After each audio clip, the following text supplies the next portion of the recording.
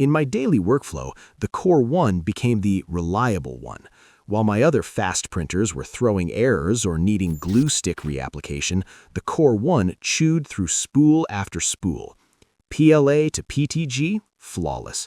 The print quality is slightly better than the MK4S, mostly due to the elimination of vertical artifacts, or VFA, thanks to the CoreXY motion system. ABS to ASA to PC, this is where it shines. I printed a large polycarbonate gear that usually delaminates. On the Core One, it came out solid. The active chamber heating does what passive enclosures simply can't. However, the smart features feel a generation behind. The camera is usable. It takes a frame every few seconds and needs good external light. Compared to the smooth, high frame rate streaming of a Bambu Lab X1C, it feels like a webcam from 2010. It's fine for checking did it fail, but you won't be making time-lapse content with it.